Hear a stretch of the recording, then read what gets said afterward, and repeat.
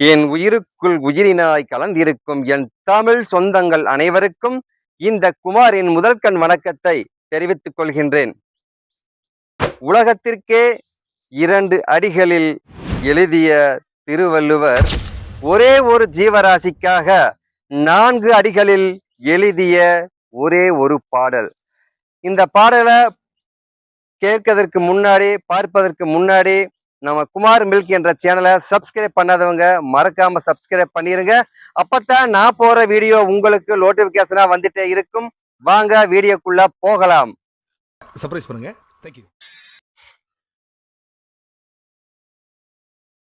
அடியே கிணியாளே அன்புடையாளே படிசொல் தவறாத பாவாய் அடிவருடி பின் தூங்கி முன் எழுப்பும் வேதாய் இனிதாய் என் தூங்கும் என் கண் இரவு. 4 அடி பாடல். இந்த பாடலை முத படிக்கும் போது எனக்கே தாங்கவே முடியல. மனசே கேக்கல. அடியே கிணியாலே அன்புடையவளே படிசொல், அதாவது நான் சொல்ற பேச்ச ஒரு நாள் கூட தட்டாம செய்தவளே, என்னை விட்டுட்டு போயிட்டியா? இனி என் கண்கள் எப்படி தூங்க போகுதோ?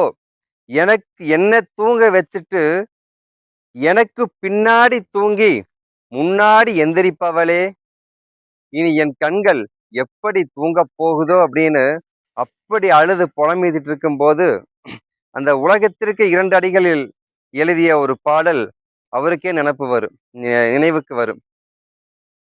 நெருநல் உளனொருவன் இன்றில்லை எனும் பெருமை படைத்த இவ்வுலகு. போடா, இப்பதாண்டா இருந்தியா? இப்பதாண்டா அவனை பார்த்த, இறந்துட்டான்டா. நேத்து நான் பார்த்தேன்டா அவனை, இன்னைக்கு இல்லடா, இறந்துட்டான்டா. இந்த குறளின் பொருள், நேற்று இருந்தவன் இன்று இல்லை. அதனால அந்த ஒரு குறளின் பொருள், நேற்று இருந்தவன் இன்று இல்லை. அது அவரே பார்ப்பாரு. போடா, இப்ப இறக்குறதே ஒரு பெருமை தானே அப்படின்னு அவருக்குள்ளேயே அவர் மனசை தேத்திக்குவாருங்க. இன்னைக்கு இருக்கிற காலகட்டத்துல யாருமே திருவள்ளுவர் மாதிரி வாழ்ந்திருக்கிறாங்களா அப்படின்னு பார்த்தா யாருமே அதிகமா இல்ல. ஏன் இல்ல? எப்ப பார்த்தாலும் சாராயண கடைக்கு போறதே இன்னைக்கு ஒரு பொழுதுவாக்கா போச்சு. அவன் குடிச்சு போட்டு இன்னைக்கு ரோட்ல சொல்லவே பத்தலைங்க. இன்னைக்கு மக்கள் இன்னைக்கு ரொம்ப சந்தோஷமா இருக்காங்களா அப்படின்னு கேட்டா 100க்கு 90% இல்லைன்னு தான் நான் சொல்லுவேன். அன்பும் அரணும் உடைத்தாயின் இல் வாழ்க்கை பண்பும் பயனும் அது. இந்த திருக்குறள் தெரியாதவங்க இந்த உலகத்துல யாருமே இருக்க முடியாது. ஏன்னு கேட்டீங்கன்னா, நம்மளுடைய ஒவ்வொரு திருமணத்தன்றைக்கும் திருமண பத்திரிகையில இந்த குறள் கண்டிப்பா 100க்கு 90% நம்ம எழுதிதான் அச்சிடப்பட்டு எல்லாருக்குமே மனப்பாட பகுதி திருக்குறள். இந்த திருக்குறள் தெரியாம யாருமே இருக்க மாட்டாங்க. இன்னைக்கு எல்லாம் அன்பா இருக்கிறாங்களா கணவன் மனைவி? இல்வாழ்க்கை சிறப்பா இருக்குதா அப்படின்னு கேட்டா இல்ல. ஏன் இல்ல? இந்த மதுவை என்னைக்கு நம்ம தமிழ்நாட்டுல ஒழிக்கிறாங்களோ அன்னைக்குதான் இந்த இல்வாழ்க்கை சிறப்பா அமையும். அதனால இந்த மதுவை ஒழிக்கிறதுக்காக என்ன பண்ணலாம், என்ன செய்யலாம்? மக்களே, என் தமிழ் சொந்தங்களே, முடிஞ்ச அளவுக்கு இந்த மதுக்கடைகளை ஒன்னொன்னு அகற்றப்பட வேண்டும்.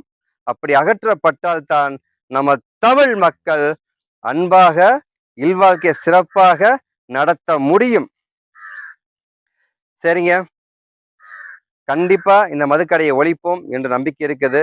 நம்ம இந்தியா ஒரு வல்லரசு நாடாக வேண்டும் என்றால் ஃபர்ஸ்ட் நம்ம தமிழ்நாடு நல்லா இருக்கணும். நம்மளையே பார்த்து அடுத்த ஸ்டேட் நல்லா இருக்கணும், அதுக்கு அடுத்த ஸ்டேட் நல்லா இருக்கணும்.